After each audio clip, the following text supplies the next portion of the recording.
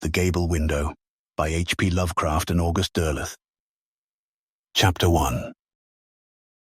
I moved into my cousin Wilbur's home less than a month after his untimely death, not without misgivings, for its isolation in a pocket of the hills off the Aylesbury Pike was not to my liking. Yet I moved with a sense of fitness that this haven of my favorite cousin should have descended to me. As the old Wharton place, the house had been untenanted for many years. It had fallen into disuse after the grandson of the farmer who had built it had left the soil for the seaside city of Kingston, and my cousin had bought it from the estate of that heir, disgruntled with the meagre living to be made on that sadly depleted land. It was not a calculated move, for the Akelys did nothing but by sudden impulse. Wilbur had been for many years a student of archaeology and anthropology. He had been graduated from Miskatonic University in Arkham, and immediately following his graduation had spent 3 years in Mongolia, Tibet and Xinjiang province, followed by an equal number of years divided among South and Central America and the southwestern part of the United States. He had come home to reply in person to an offer to join the staff of Miskatonic University, but instead, he had bought the old Wharton farm and set about to remodel it, tearing down all but one of the outbuildings and imposing upon the central structure an even more curious shape than it had gathered to itself in the course of the 20 decades it had been standing. Indeed, the extent of these alterations was not fully apparent to me until I myself took possession of the house. It was then that I learned that Wilbur had retained unaltered only one face of the old house, that he had completely rebuilt the front and one side, and had erected a gable room over the south wing of the ground floor. The house had originally been a low building of but 1 story, with a large attic, which had in its time been hung with all the impedimenta of the rural life in New England. In part, it had been constructed of logs, and some of this construction had been carefully retained by Wilbur, which was testimony to my cousin's respect for the handiwork of our forebears in this country. For the Akeley family had been in America fully 200 years when Wilbur had decided to forswear his wanderings and settle in his native milieu. The year, as I recall it, was 1921. He had lived but 3 years thereafter, so that it was 1924, on April 16th, that I took possession of the house in accordance with the terms of his will. The house was still very much as he left it, an anomaly in the New England landscape, for, though it still bore the marks of its ancestry in its stone foundations and the logs of its substructure, as well as in the square stone chimney which rose from its fireplaces, it had been so much altered as to seem a product of several generations. Though the majority of these alterations had apparently been made to contribute to Wilbur's comfort, there was one change which had baffled me at the time that Wilbur had made it, and for which he never offered any explanation. This was the installation in the south wall of his gable room of a great round window of a most curious clouded glass, of which he said only that it was a work of great antiquity, which he had discovered and acquired in the course of his travels in Asia. He referred to it at one time as the glass from Leng, and at another as possibly Hyadian in origin, neither of which enlightened me in the slightest, though to tell the truth, I was not sufficiently interested in my cousin's vagaries to press inquiries. I soon wished, however, that I had done so, for I discovered rapidly, once I had taken up my existence in the building, that my cousin's entire living seemed to revolve not about the central rooms of the house on the ground floor, which one might have expected, since these were appointed for maximum effect and comfort, but about the south gable room, for it was here that he kept his rack of pipes, his favorite books, records, and most comfortable pieces of furniture, and it was here that he worked on such manuscripts pertinent to his studies as he had in progress at the time that he was struck down with a coronary ailment while he was at work in the stacks of Miskatonic University Library. That some adjustment between what had been his regimen and what was mine would have to be made, I knew, and it must be made in my favor. It seemed, therefore, that the first order of business was a restoration of the rightful way of existence in the house, a resumption of life on the ground floor, for to tell the truth, I found myself from the beginning curiously repelled by the Gable room, in part certainly because it reminded me so strongly of the living presence of my dead cousin, who could never again occupy his favorite corner of the house, in part also because the room was to me unnaturally alien and seemed cold to me, holding me off as by some physical force I could not understand, though this was surely consistent with my attitude about the room, for I could understand it no more than I ever really understood my cousin Wilbur. The alteration I wished to bring about, however, was not as easily accomplished as I had hoped it might be, for I was soon aware that my cousin's old den cast an aura over the entire house. There are those who hold that houses inevitably assume something of the character of their owners. If the old house had worn any of the characteristics of the Whartons, who had lived in it for so long, it was certain that my cousin had effectively obliterated them when he remodeled the house. For now, it seemed often literally to speak of Wilbur Akeley's presence. It was not often an obtrusive feeling, only rather an uneasy conviction I experienced of being no longer alone, or of being watched under some scrutiny, the source of which was not known to me. Perhaps it was the very isolation of the house which was responsible for this fancy, but it came to seem to me that my cousin's favorite room was like something alive, waiting on his return, like an animal unaware that death had intervened, and the master for whom it waited would not again come back. Perhaps because of this obsession, I gave the room more attention than in fact it deserved. I had removed from it certain articles, such as a very comfortable lounging chair, but I was curiously impelled to bring them back, out of compulsions which arose from different and often conflicting convictions. The fancy that this chair, for instance, which at first proved to be so comfortable, was made for someone of a different shape from my own, and thus was uncomfortable to my person, or the belief that the light was not as good downstairs as above, which was responsible for my returning to the Gable room, the books I had removed from it. The fact was, undeniably, that the character of the Gable room was subtly at variance with that of the remainder of the house. My cousin's home was in every way prosaic enough, except for that one room in the south gable. The ground floor of the house was filled with creature comforts, but gave little evidence of having been extensively used, save for that room given over to the preparation of food. In contrast, the Gable room, while also comfortable, was comfortable in a different way, difficult to explicate. It was as if the room, manifestly a den built by one man for his use, had been used by many different kinds of people, each of whom left something of himself within these walls, without, however, any identifying mark. Yet I knew that my cousin had lived the life of a recluse, save for his journeys to the Miskatonic at Arkham and the Widener Library in Boston. He had gone nowhere else. He had received no callers, and even, on the rare occasions when I stopped at his home, as an accountant I did sometimes find myself in his vicinity, he seemed always willing that I be gone, though he was unfailingly courteous, and though I never remained longer than 15 minutes at most. Truth to tell, the aura of the Gable room diminished my resolve. The lower floor was ample for my purposes. It afforded me a commodious home, and it was easy to put the Gable room and the alterations I hoped to make in it out of my mind, to defer and postpone it until it came to seem too minor a matter to trouble about.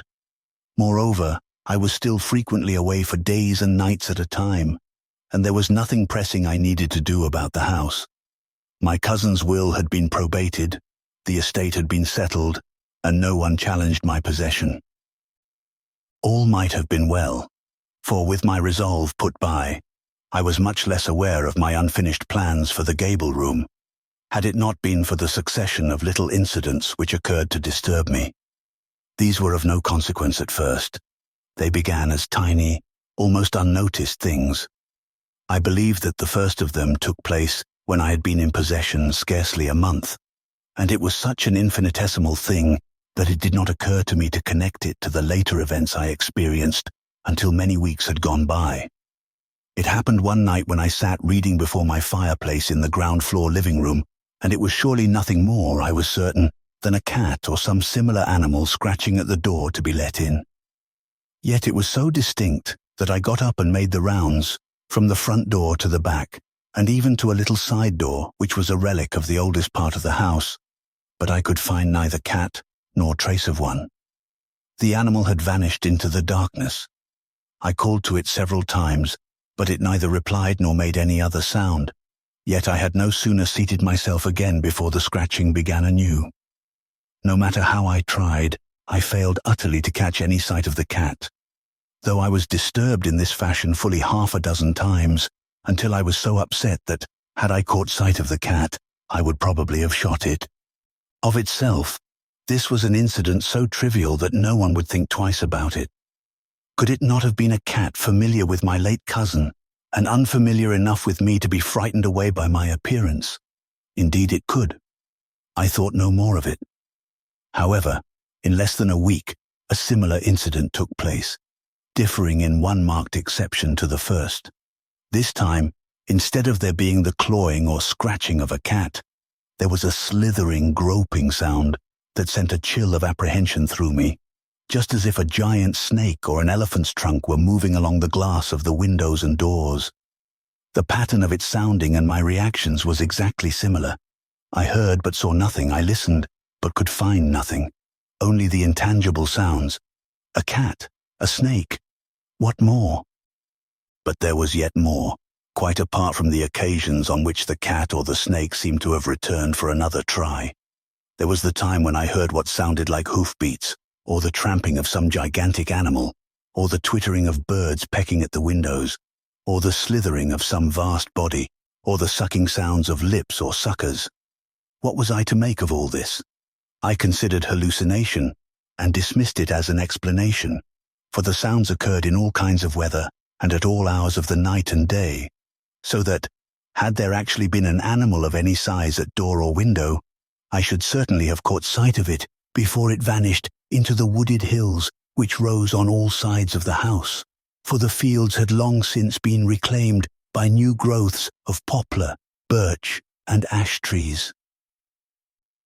This mysterious cycle might never have been interrupted if I had not chanced one evening to open the stair door leading up to the gable room, on account of the heat of the ground floor. For it was then, when the clawing of a cat came once more, that I realized the sound came not from one of the doors, but from the window in the gable room. I bounded up the stairs in unthinking haste, never stopping to realize that it would have been a remarkable cat indeed, which could, or would, climb to the second floor of the house and demand entrance through the round window, which was the only opening into the room from outside.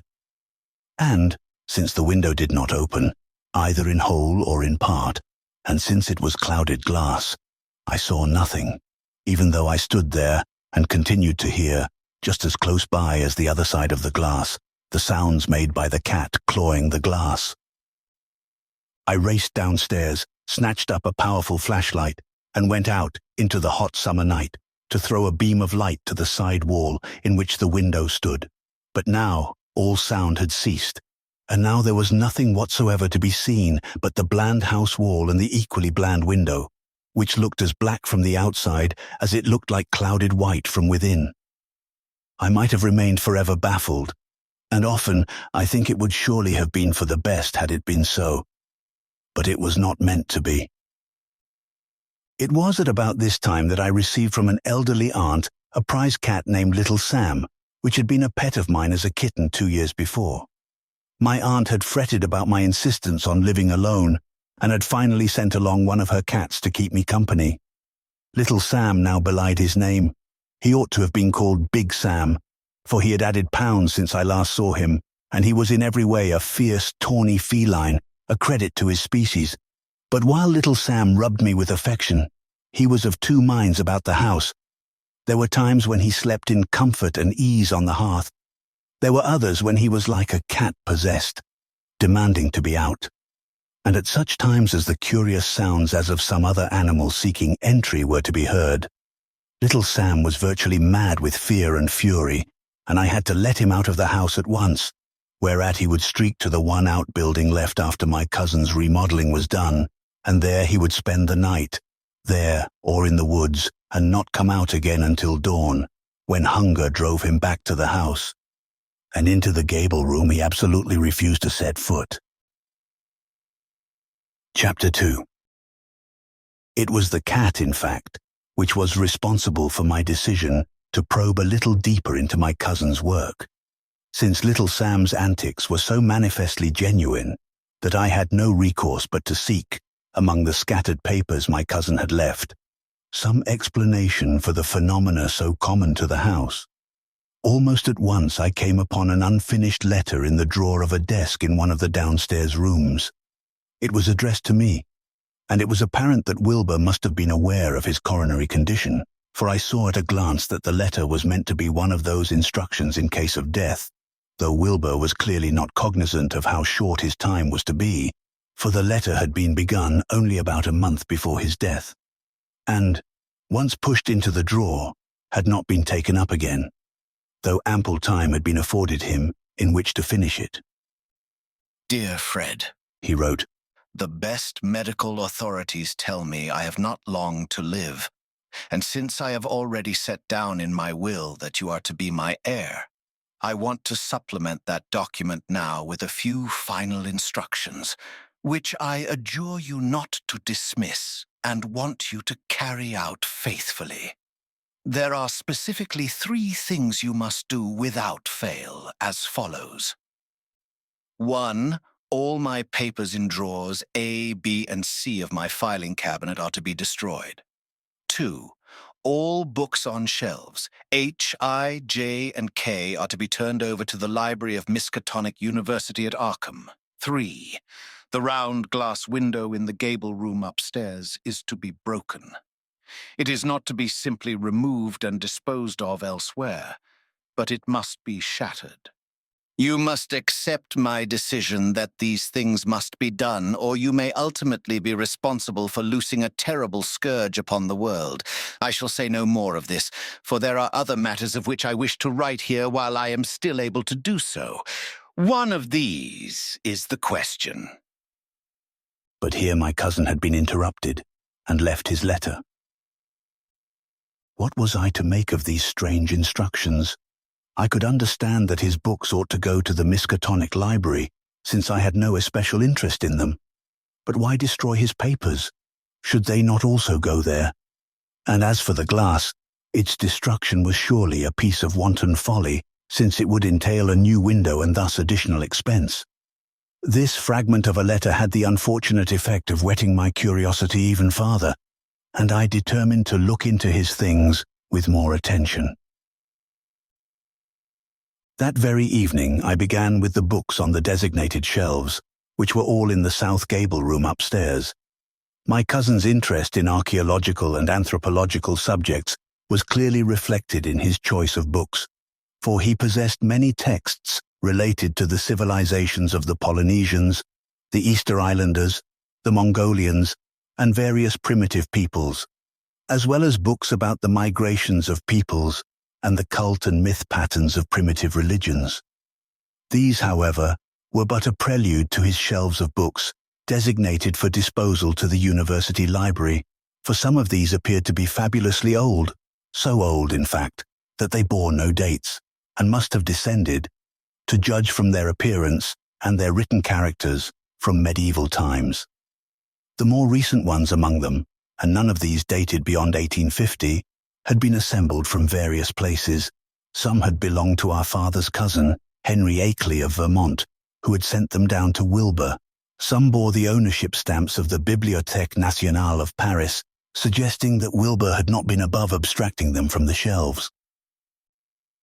These books were in various languages. They bore titles such as Panacotic manuscripts, the Relia text, the Unaussprechlichen Kulten of von Junst, the Book of Eibon, the Diaol chants, the 7 cryptical books of San, Ludwig Prinz de Vermis Mysteriis, the Soleno fragments, the Cultes des Goules of the Comte d'Erleth, the Book of Gian, a photostat copy of the Necronomicon by an Arabian, Abdul al-Hazred, and many others, some of them apparently in manuscript form. I confess that these books baffled me, for they were filled, such of them as I could read, with an incredible lore of myths and legends, related beyond question to the ancient primitive religious beliefs of the race. and, if I could read it correctly, of other and alien races as well. Of course, I could not hope to do justice to the Latin, French, and German texts. It was difficult enough to read the Old English of some of the manuscripts and books.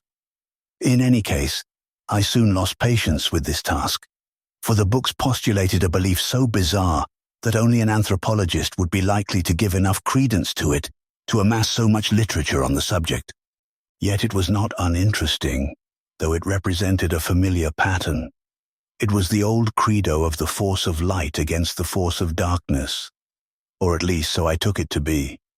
Did it matter whether you called it God and the devil, or the elder gods and the ancient ones, good and evil, or such names as the Nodens, Lord of the Great Abyss, the only named elder god, or these of the great old ones, the idiot god, Azathoth, that amorphous blight of nethermost confusion which blasphemes and bubbles at the center of all infinity, Yog-Sothoth, the all-in-one and one-in-all, subject to neither the laws of time nor of space, coexistent with all time and coterminous with space, Nyarlathotep, the messenger of the ancient ones, great Cthulhu, waiting to rise again from hidden R'lyeh in the depths of the sea, the unspeakable Hastur, lord of the interstellar spaces, Shub-Nigrath, the black goat of the woods with 1,000 young.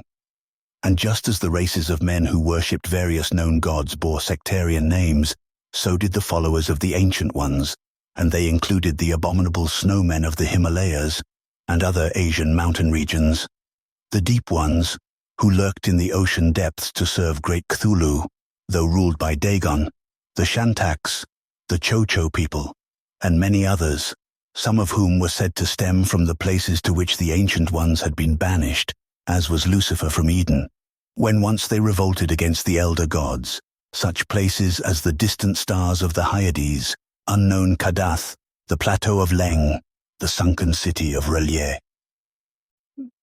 Throughout all this, there were two disturbing notes which suggested that my cousin took this myth pattern more seriously than I had thought. The repeated reference to the Hyades, for instance, reminded me that Wilbur had spoken of the glass in the Gable Window as possibly Hyadian in origin. Even more specifically, he had referred to it as the glass from Leng.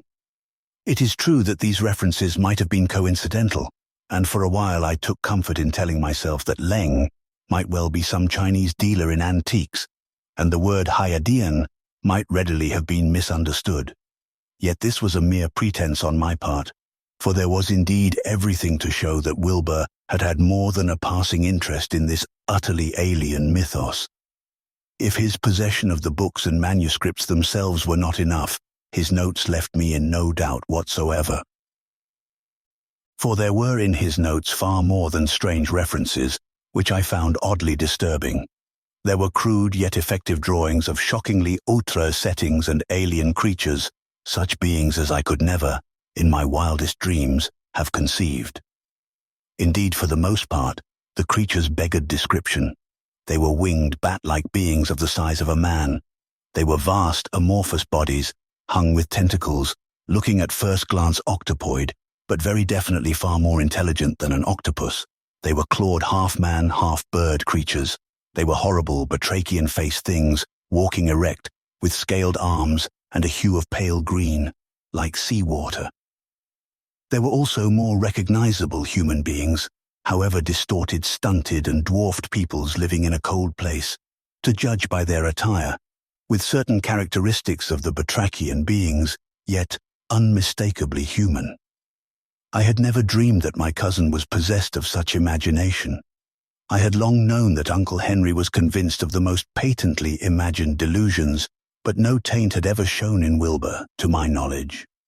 I saw now, however, that he had skillfully concealed from all of us the essentials of his true nature, and I was more than a little astonished at this revelation.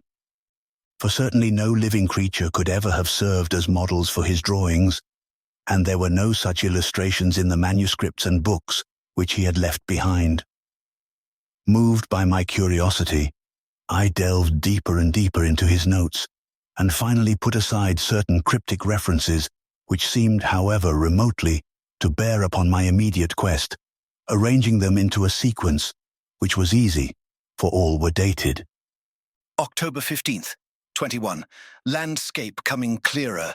Leng, suggestive of southwestern America, caves filled with hordes of bats which begin to come out, like a dense cloud, just before sundown, blot out the sun.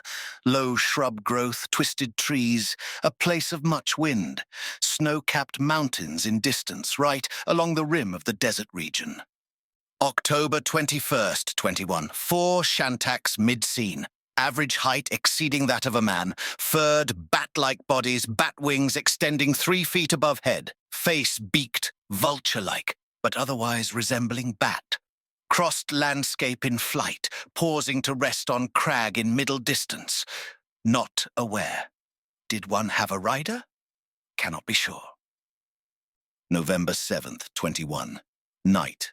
Ocean, a reef-like island in the foreground, deep ones together with humans of partly similar origin, hybrid white, deep ones scaled, walk with frog-like gait, a cross between a hop and a step, somewhat hunched too, as most batrachia. Others seem to have swum to reef. Possibly Innsmouth? No coastline evident, no town lights. Also no ship. Rise from below beside reef. Devil Reef? Even hybrids ought not to be able to swim too far without some resting place. Possibly coast foreground out of sight. November 17th, 21. Utterly alien landscape. Not of Earth, so far as I know. Black heavens, some stars, crags of porphyry or some similar substance. Foreground a deep lake, Halley. In 5 minutes the water began to ripple where something rose, facing inward. A titanic, aquatic being, tentacled, octopoid but far, far larger, 10-20 times larger than the giant octopus Apollyon of the west coast. What was its neck was alone easily 15 rods in diameter. Could not risk chance of seeing its face and destroyed the star. January 4th, 22. An interval of nothingness. Outer space? Planetary approach, as were I seeing through the eyes of some being coming into an object in space. Sky dark, far stars, but the surface of the planet soon looming close. Coming closer, saw barren landscape. No vegetation, as on the dark star. A circle of worshippers facing a stone tower. Their cries, Ia Shubnigrath! January 16th, 22. Undersea region. Atlantis? Doubtful. A vast cavernous temple-like structure broken by depth charges. Massive stones, similar to pyramid stones. Steps leading down to black moor below. Deep ones in background, movement in darkness of stairwell. A huge tentacle moving up, far back, 2 liquid eyes, many rods apart. Rallier, fearful at approach of thing from below and destroyed star. February 24th, 22. Familiar landscape, Wilbraham country, rundown farmhouses, ingrown family, foreground, old man listening. Time, evening. Whippoorwills calling in great volume. Woman approaches holding stone replica of star in hand. Old man flees. Curious, must look up. March 21st, 22. Unnerving experience today. Must be more careful. Constructed star and spoke the words, Panglui Mglunaf Cthulhu Relia Wuga Nagelftan. Opened immediately on huge Shantak in foreground. Shantak aware, and at once moved forward. I could actually hear its claws. Managed to break the star in time. April 7th, 22. I know now they will actually come through if I am not careful. Today the Tibetan landscape and the abominable snowmen. Another attempt made. But what of their masters? If the servants make the attempt to transcend time and space, what of great Cthulhu, Hastur, Shub-Nigrath? I intend to abstain for a while. Shock profound. Nor did he again turn to whatever had been his odd pursuit until early the next year, or at least so his notes indicate. An abstention from his obsessive preoccupation followed once more with a period of brief indulgence. His first entry was just short of a year later. February 7th, 23. There seems now no doubt but that there is a general awareness of the door. Very risky to look in at all. Safe only when landscape is clear. And since one never knows upon what scene the eye will turn, the risk is all the more grave. Yet I hesitate to seal the opening. I constructed the star as usual, spoke the words, and waited. For a while I saw only the familiar southwestern American landscape. At the hour of evening, bats, owls, night-prowling kangaroo rats, and wildcats. Then out of one of the caves came a sand dweller, rough-skinned, large-eyed, large-eared, with a horrible, distorted resemblance to the koala bear facially, though his body had an appearance of emaciation. He shambled toward the foreground, manifestly eager. Is it possible that the door makes this side as visible to them as they are to me? When I saw that he was heading straight for me, I destroyed the star. All vanished as usual. But later, the house filled with bats, 27 of them. I am no believer in mere coincidence. There occurred now another hiatus, during which my cousin wrote cryptic notes without reference to his visions, or to the mysterious star of which he had written so often. I could not doubt that he was the victim of hallucinations inspired, no doubt, by his intensive study of the material in the books he had assembled from all corners of the world. These paragraphs were in the nature of substantiation, though they were in essence an attempt to rationalize what he had seen. They were interspersed with newspaper clippings, which my cousin obviously sought to relate to the myth pattern to which he was so devoted. Accounts of strange happenings, unknown objects in the heavens, mysterious disappearances into space, curious revelations regarding hidden cults, and the like. It was painfully patent that Wilbur had come to believe intensely in certain facets of the ancient primitive credos, particularly that there were contemporary survivals of the hellish ancient ones and their worshippers and followers. And it was this, more than anything else, that he was trying to prove. It was as if he had taken the writings printed or written in the old books he possessed, and accepting them for literal truth, was trying to adduce the weight of evidence from his own time to add to that from the past. It was true, there was a disturbing element of similarity between the ancient accounts and many of those my cousin had managed to find, but these were doubtless capable of being explained as coincidence. Cogent as they were, I reproduced none of them before sending them to Miskatonic Library for the Akeley collection. But I remember them vividly, and all the more so in the light of that unforgettable climax to my somewhat aimless inquiry into my cousin Wilbur's preoccupation. Chapter 3. I would never have known about the star if it had not been accidentally brought to my attention. My cousin had written repeatedly about making, breaking, constructing, and destroying the star as a necessary adjunct to his illusions, but this reference was utterly meaningless to me, and would perhaps have remained so had I not chanced to see in the slanting light across the floor of the gable room the faint marks which seemed to outline a five-pointed star. This had been invisible before, because it had been covered by a large rug, but the rug had got moved in the course of my packing the books and papers to be taken to Miskatonic University Library, and thus my sight of the markings was an accident. Even then it did not dawn upon me that these markings represented a star. Not until I finished my work with the books and papers and could push back the rug from the entire center of the floor did the whole design present itself. I saw then that it was a star of 5 points, decorated with various ornamental designs, the whole of sufficient size to permit its being drawn from within it. This then, I knew at once, was the explanation for a box of chalk, for which I had previously found no reason for being in my cousin's favorite room. Pushing books, papers, and all else out of the way, I went for the chalk and set about faithfully copying the star design and all the decorations within the star. It was clearly meant for some kind of Kabbalistic drawing, and it was equally evident that the performer was required to sit within its outlines. So, having completed the drawing in accordance with the impress left by frequent reconstructions, I sat within the design. Quite possibly I expected something to happen, though I was still puzzled by my cousin's references in his notes as to the breaking of the design each time he thought himself menaced. For, as I recalled rituals, it was the breaking of such designs which brought about the danger of psychic invasion. However, nothing whatsoever took place, and it was not until several minutes had passed that I remembered the words. I had copied them, and now I rose to find my copy, and finding it, returned with it to the star, and gravely spoke the words, Funglui Mangluanaf Cthulhu Mythos Nagelftang. Instantly a most extraordinary phenomenon took place. I was seated, facing the round window of clouded glass in the south wall, so that I saw everything that happened. The cloudiness vanished from the glass, and I found myself, to my astonishment, looking upon a sun-baked landscape. Though the hour was night, a few minutes past 9 o'clock of a late summer evening in the state of Massachusetts.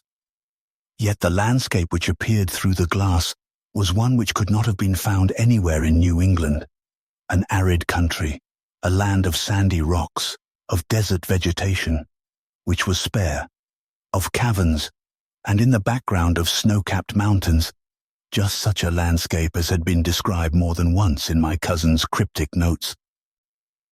Upon this landscape I gazed in the utmost fascination, my mind in turmoil. Life seemed to be going on in the landscape to which I looked, and I picked out one aspect after another. The rattlesnake crawling sinuously along, the sharp-eyed hawk soaring overhead, which enabled me to see that the hour was not long before sundown, for the reflection of the sunlight on the hawk's breast was indicative. The Gila monster, the roadrunner, all those prosaic aspects of the American Southwest I saw. Where was the scene then? Arizona? New Mexico? But the events of that alien landscape kept on without reference to me. The snake and Gila monster crawled away. The hawk plummeted downward and came up with a snake in his talons. The roadrunner was joined by another, and the sunlight drew away, making of that land a face of great beauty. Then, from the mouth of one of the largest caverns came the bats. They came flowing from that black moor by the thousands in an endless stream, and it seemed to me that I could hear their chittering.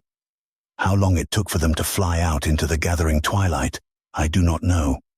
They had hardly gone before something more made its appearance, a kind of human being, rough of skin, as if the desert sand had been encrusted upon the surface of his body, with abnormally large eyes and ears. He seemed to be emaciated, with ribs showing through his skin, but what was particularly repellent was the look of his face, for he resembled an Australian toy bear called the koala. And at this, I remembered what my cousin had called these people, for there were others following that first, some of them female. Sand dwellers. They came from the cavern, blinking their great eyes, but soon they came in greater haste and scattered to both sides, crouching behind the bushes. Then, little by little, an incredible monster made its appearance. At first a probing tentacle, then another, and presently half a dozen cautiously exploring the cave's mouth. And then, from out of the darkness of the cavern's well, an eldritch head showed dimly. Then, as it thrust forth, I almost screamed aloud in horror, for the face was a ghastly travesty on everything civilized. It rose from a necklace body which was a mass of jelly-like flesh, rubbery to the eye, and the tentacles which adorned it took rise from that area of the creature's body, which was either its lower jaw or what passed for a neck. Moreover, the thing had intelligent perception, for from the first it seemed to be aware of me. It came sprawling out of the cavern, its eyes fixed upon me, and then began to move with unbelievable rapidity toward the window over that rapidly darkening landscape. I suppose I had no real concept of the danger in which I sat, for I watched with rapt attention, and only when the thing was blotting out all the landscape, when its tentacles were reaching toward the gable window, and through it, that I recognized the paralysis of fright. Through it. Was this, then, the ultimate illusion? I remember breaking through the icy fear which held me long enough to pull off a shoe and hurl it with all my might at the glass, and at the same time recalled my cousin's frequent references to breaking the star. So I slouched forward and wiped part of the design into oblivion. Even as I heard the sound of shattering glass, I slipped into merciful darkness. I know now what my cousin knew. If only I had not waited quite so long, I might have been spared that knowledge. I might have continued able to believe in illusion, in hallucination. But I know that the clouded glass of the gable window was a potent door into other dimensions, to alien space and time, an opening to landscapes Wilbur Akeley sought at will, a key to those hidden places of the earth and the star spaces where the followers of the Ancient Ones, and the Old Ones themselves, lurk forever, awaiting their time to rise again. The glass from Leng, which might have come out of the Hyades, for I never learned where my cousin had got it, was capable of being rotated within its frame. It was not subject to mundane laws, save only that its direction was altered by the Earth's movement on its axis. And if I had not shattered it, I would have loosed upon the Earth indeed a scourge from other dimensions, unwittingly called forth by my ignorance and curiosity. For I know now that the models from which my cousin drew the illustrations, however crude among his notes, were alive, and not the product of his imagination. The final crowning proof is indisputable. The bats I found in the house when I regained consciousness might have come in through the broken window. That the clouded glass had cleared might have been an optical illusion, if it were not that I know better.